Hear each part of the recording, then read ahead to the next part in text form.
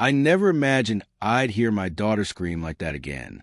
The kind of scream that tears straight through your chest, leaving only panic in its wake. "Dad, please come home now," she cried. "It's Grandpa, something's wrong." My heart froze. For a moment, I couldn't move. The phone trembled in my hand as her words echoed louder with each repetition. I had only been gone an hour, a quick trip to the hardware store. My 2-year-old Lily had been napping on the couch with my father, keeping watch. He adored that little girl, said she gave him a reason to wake up every morning. I drove like a man possessed.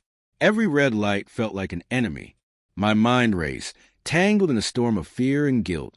How much could go wrong in just 60 minutes? When I pulled into the driveway, the front door was wide open. My daughter stood in the living room, trembling, her face pale.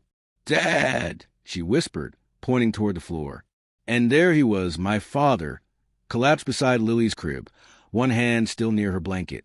His eyes were open, distant, and his chest barely rose. "Dad!"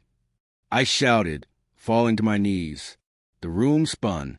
Lily's soft cries from the crib cut through the silence like a haunting melody. I didn't know who to save first, the man who had raised me or the child I had sworn to protect. The ambulance arrived within minutes, but time seemed suspended. Paramedics moved with urgent precision, voices clipped and sharp. I held Lily close as my daughter sobbed into her hands. "He's breathing, barely," one paramedic said. "Possible cardiac arrest." The words tore through me. My father had always been the strongest man I knew, building houses with his bare hands, weathering storms without complaint, never asking for help. And now, in the hospital, he seemed fragile, small. Hours passed in a blur of white lights and sterile whispers. When the doctor finally emerged, his expression unreadable, my chest tightened. "Your father suffered a severe heart attack," he said.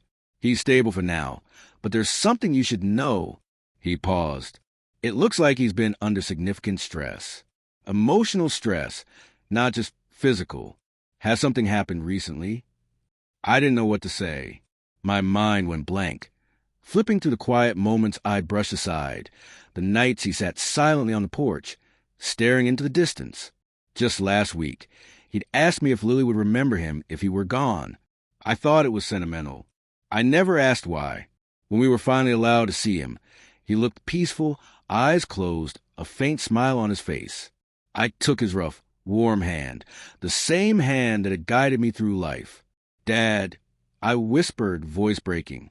"You scared us." His eyes fluttered open. "She's perfect," he murmured weakly, glancing at Lily in my arms. "Just like your mom."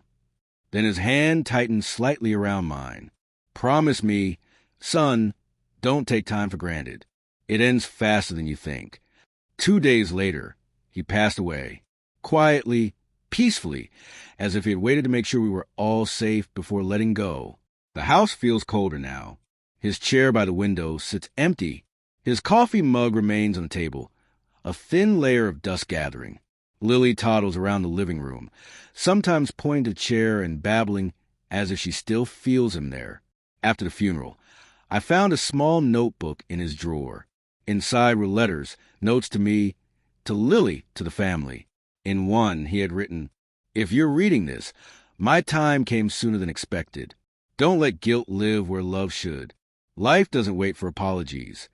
Those words hit harder than anything I had ever read. I had been so busy, work, responsibilities, plans for later.